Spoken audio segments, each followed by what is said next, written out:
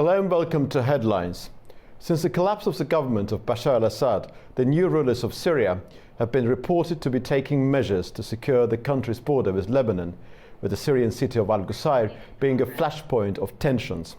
According to the regional media, the confrontation between the Syrian army and Hezbollah-affiliated armed groups have now moved on to Lebanese territory, with ongoing heavy clashes causing considerable disquiet in the capital Beirut, where the process of government formation has so far proven rather problematic, to put it mildly. The city of Qusair is known as a strategic hub for smuggling weapons and drugs, being of great importance to Hezbollah, which after the fall of Bashar al-Assad has been facing numerous challenges. Joining me now are Adnan Nasir, AnewZ correspondent from Beirut, Lebanon; Nadim Shahid, a political analyst joining from Beirut, Lebanon; and Dr. Merit Demirtas, former diplomat and independent researcher from Cappadocia University, Turkey. Well, thank you very much for joining us. Thank you. My first question is to you, Adnan. As we understand, the Syrian city of Qusair has been the key flashpoint of confrontation, and now the fightings are taking place on the Lebanese territory, on the Lebanese side of the border. What do the latest clashes signify? Well, like you said in your introduction, it's a vital hub for weapons and drug smuggling. It was utmost importance to Hezbollah during the Syrian civil war. They had joined in the conflict to help protect Bashar al-Assad's government from falling to opposition hands.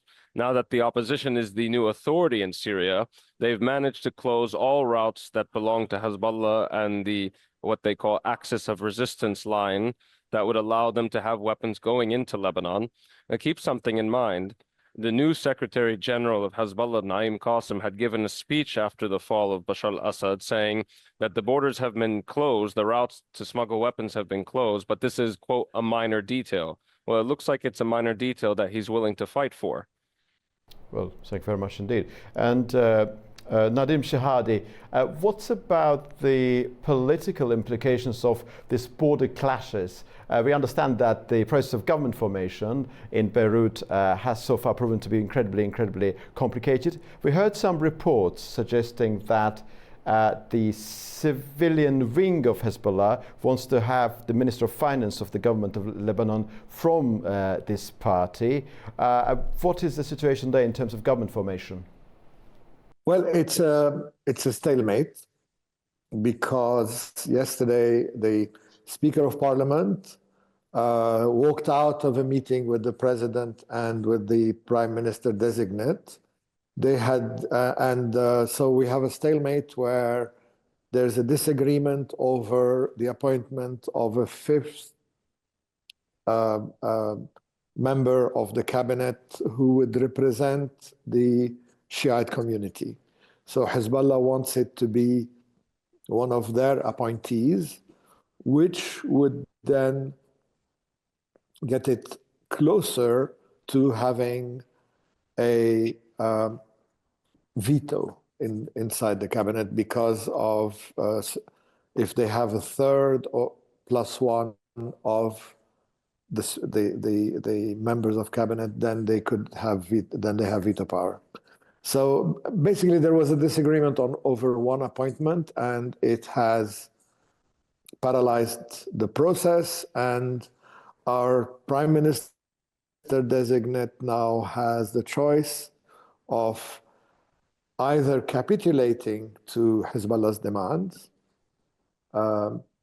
or going into full confrontation and having a government which does not include any Hezbollah representatives. And also, Mr. Shahadi, what is the attitude in Beirut to these clashes, which are, as we understand, taking place between Hezbollah forces and the forces loyal to the new administration in Damascus? Because we understand that on the 27th of November, the Lebanon-Israel ceasefire deal was achieved, and we understand that all the Hezbollah forces should leave the southern part of Lebanon, and we understand this necessity for the Lebanese army, official Lebanese army, to assert its authority over the entire country, and this clash is happening between Syrian forces and Hezbollah forces. What is the attitude in Beirut to this? Well, I mean, you see, the region of Qusair is strategically placed between, on the road between Damascus and Homs. So it's a very strategic location for the Syrian government, the current Syrian government, and and before also, and that's why Hezbollah had taken it. So Hezbollah withdrew from it, but there are some villages there that are Shiite, and they're coming under attack from the Syrian government. So there is still that's the reason for the clash. It's a remnant of the former regime's control over the area with Hezbollah help. That's the as simple as it can be put. Of course, in Beirut, this is a further indication that Hezbollah's arms are still being used, and it's still part of the conflict in Syria. And it adds one more complication to the application of the armistice agreement, the ceasefire agreement, and the Taif agreement, and many international agreements that this new government will have to deal with. It is a complete regime change in Lebanon too, if you like. Thank you very much. Dr. Demirtas, thank you very much indeed for waiting all this time. The geography and the political landscape involving Lebanon and Syria is incredibly complicated. We understand that the government in Damascus is now trying to assert its influence over the whole scope of Syrian territory. There's a government formation problems in Beirut, border clashes between Hezbollah and Syrian army. How significant is this development when you look at the Turkish interests in the region and the wider regional dynamics? Thank you. Thank you, Mr. Amashov. And thank you also to other valuable experts from the region, because we need such opinions, I think, inside the region. Nowadays, actually, we have voices so far from our continent. I mean, from Middle East, from Eurasia. And first of all, in these voices, I think Mr. Trump's voice is much more higher, I think, than anyone else. Because I think there are some very radical opinions, very radical solutions we hear nowadays from the American side, also from the Israeli side. As you know, this is the time for high meetings. Just 2 days ago, we saw the meeting of Mr. Trump and Mr. Netanyahu in Washington. And also we had a meeting, of course, in Ankara with the new Syrian High Representative President, Interim President, Mr. Shara. So we see the situation is really complicated. As you said, that in Lebanon, maybe, we see this painful, quote-unquote, painful picture so openly. Unfortunately, in the last 50, 60 years, we saw this crisis, much in political, much in the humanitarian, but also in economic senses, so openly in Lebanon. We really attribute high importance to relations with the brother country of Lebanon, the community there. Of course, there are very different understandings. There are very disparate communities also inside Lebanon. We must not forget this. Maybe some Western allies, some Western countries can understand that everything can change in one day, maybe in 1 week, and at latest in 1 month. But I cannot share this opinion. We cannot think that maybe in one night Hezbollah can go, or Hezbollah's, as Mr. Shedai said, that in one night this Hezbollah's long arms or secret arms, which we all know that there are the arms linked with the other countries inside the region, so historical countries, Iran or Russia or the other countries, we must accept this influence in Eurasia, first of all. But we cannot also say that, like Mr. Trump sometimes said, it must be eradicated in one night, or they must go in one night or in 1 month. No, it cannot be possible. This revolution idea, or this non-evolutionary sense of international politics cannot work in our geography, first of all. And in Turkish perspective, we also attribute this, first of all, this line of diplomacy in the first place, this utmost importance. In Syria, we saw this. I mean, the new government maybe makes its best effort to understand the situation now from the perspective, although it is so difficult, as Mr. Shadari again said, that the Assad regime, this is a regime of 50, 60 years, and we cannot also expect that all the remnants and all the other forces linked with the Assad can go in one night. No, we cannot expect, but we can also feel that this diplomacy line must be opened, also with Iran and maybe Russia too. But as again, maybe Mr. American president or his representatives, please don't forget that we had an important high representative in Lebanon nowadays, I think yesterday, visiting to Beirut, and the declarations from the United States that we do not want to see any representative, or we do not see any voice of Hezbollah in Lebanon. Yes, we can say this, and we can feel that maybe it can happen with the help of Israeli heavy attacks, Israeli or American, I don't know, open and maybe sometimes harshful tactics. But no, first of all, we must think that it must be taught in a roundtable atmosphere, in a diplomatic atmosphere. Adnan, I believe I put this question to Mr. Shahadi just a few moments ago, but I will rephrase it and put it to you. I mean, what is a fundamental difference when it comes to the circumstance on the ground between the military and civil wing of Hezbollah? So Hezbollah's military wing is claimed to have been involved in episodes of fighting on the Lebanese-Syrian border, and its civilian wing is part of the Lebanese society and the political construct there, and currently the government formation process is underway. So what will be the impact of this clash on the government formation process, and to what extent military and civilian wings of this large umbrella group known as Hezbollah are actually acting in line? Look, I think Hezbollah's action only gives reassurance to the criticism of Hezbollah. Before all of this, many of Hezbollah's critics would say this is not a normal political party. Maybe it's not even a political party if by standard definition.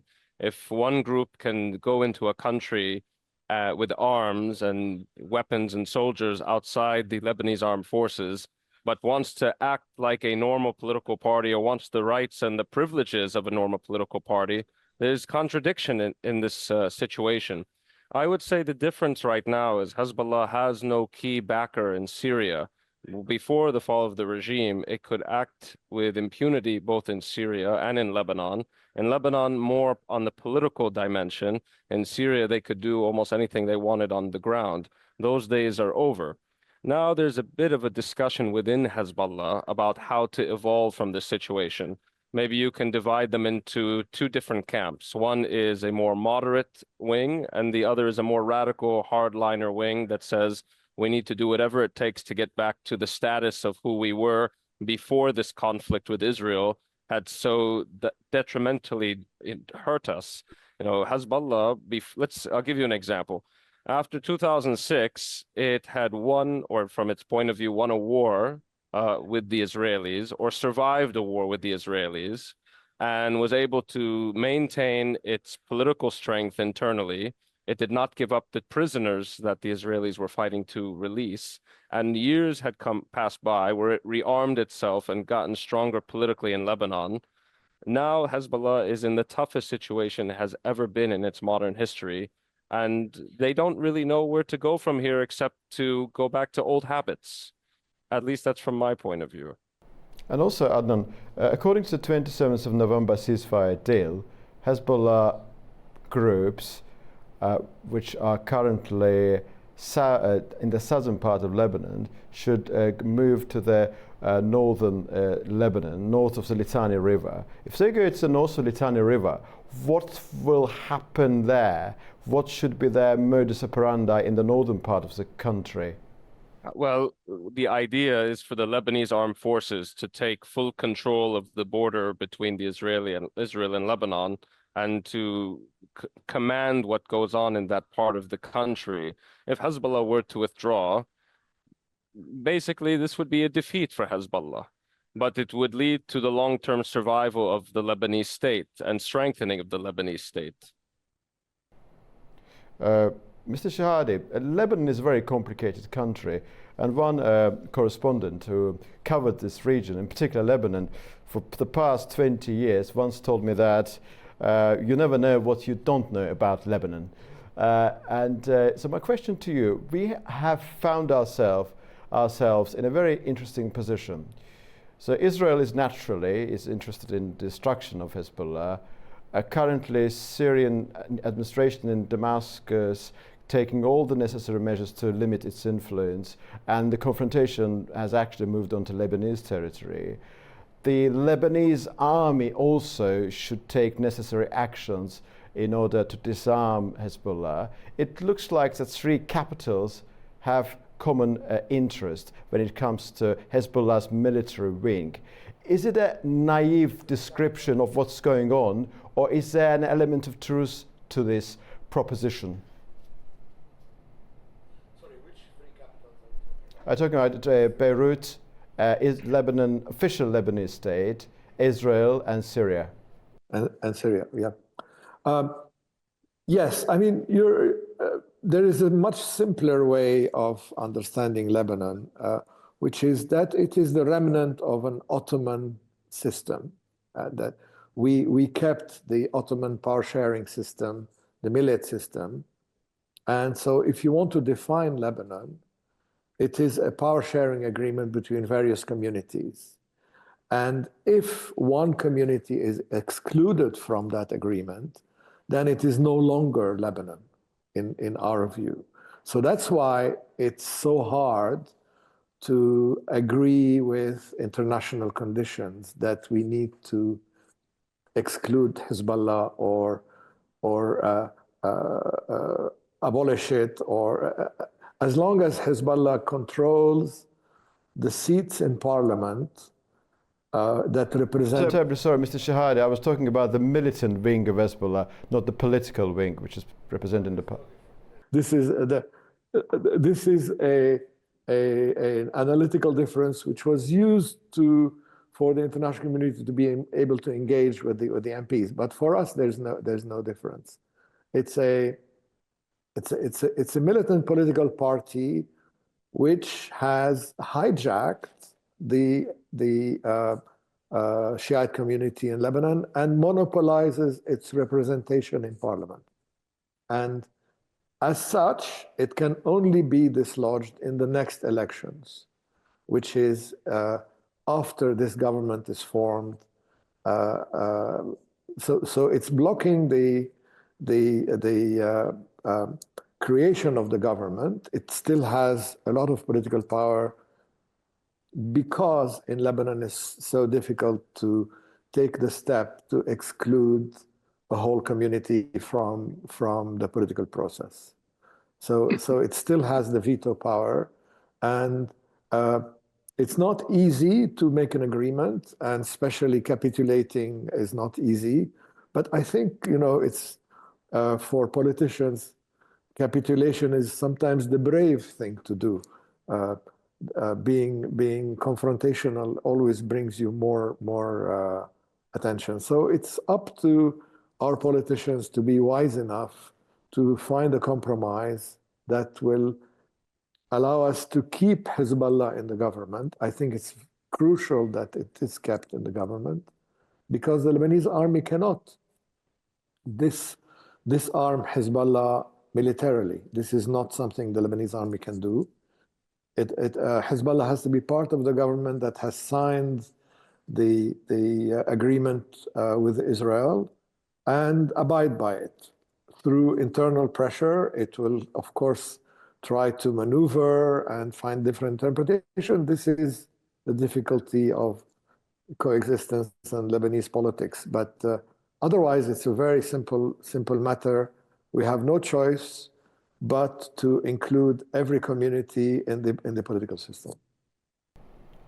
Dr. Demirtas, my last question is going to be to you. Experts, analysts, observers are saying that it is difficult to establish with any degree of certainty whether this is a one-off flare-up or it will be the premonition of something bigger. What is your feeling about this confrontation? Do you see it transforming into something bigger, requiring greater attention from big regional actors? Confrontations are everywhere nowadays, Mr. Amashov. Unfortunately, the confrontation started just the 2000s actually started. The second millennia started not so optimistically. As international experts, we see that every month, in every 6 months, we saw another crisis atmosphere in different regions. Nowadays, the high tension still happens in our region, unfortunately, Middle East. But don't forget about the bigger geography of Eurasia. Don't forget about Ukrainian crisis still continuing on. Sometimes the Balkans and Caucasia cannot be excluded even in this interconnected structure of regional and global powers. Mr. Trump's sayings are so open, so direct. I always called it as a postmodern Machiavellian style in my academic articles. Yes, it's too Machiavellian, but not in a modern diplomatic sense, because the modern diplomacy always makes it so secretly, so closed doors. But no, everything is now in a very open and very postmodern digitalized sense. Everything we can see in here in minutes, in, I don't know, hours. And now in Lebanon, unfortunately, the Israel's, I think, harsh and devastating attacks since last year, I mean, it's maybe 2 years of this planning of these harsh attacks, we saw a very catastrophic 60,000 people. Please don't forget the loss of Palestinian brothers and sisters. Also, the Lebanese civilian populations are so affected harshly. We think always terror groups and civilians are so separated between each other. We cannot think about this. Terror's always making some places inside these civilian populations. Also in Palestine, also in Lebanon, also in our southeastern region of Turkey. Please don't forget about our terror situation. Please don't forget about this big picture of this Middle East. So, as Mr. Shehadi said very rightly, we cannot exclude any group in one night, as I said in my first response. We must find some way, openly again, like Mr. Trump said, that the civilian and military sect or lines, as you said, yes, they can be differentiated between each other, but we cannot exclude the civilian understanding always that they are terror. We must bomb them like they did, I mean, the Israeli and American sides did in these last years. So we must find it. I mean, we must not make it in very beautiful structure of Lebanon. It's a very parliamentarian, democratic country. Please don't forget also that Lebanese government, Lebanese population also proved that there can be a very democratic situation, very good parliamentary democratic situation inside the country in these last decades. Now, Israeli ambitions, we must confess that also in Syrian territory, also in Lebanese territory, there is a very open ambition of new territory, new settlements of Israeli government, and Mr. Trump openly supports this, as we can see also our foreign minister and or representatives always say this, and we cannot accept these new plans in the Middle East. And we must come together. Even Iran and even the other neighbors, I mean Russia, and the other players in Eurasia must be counted in this diplomatic atmosphere. Otherwise, we can feel that the atmosphere will be much more insecure, maybe, than the last year. Well, thank you very much, Dr. Demirtas, and also I would like to express my thanks to Adnan Nasser, AnewZ correspondent based in Beirut, also Mr. Nadim Shehadi, who has joined from Beirut, Lebanon. We discussed the latest border clashes and their implications, both regional and also wider implications. See you very soon indeed.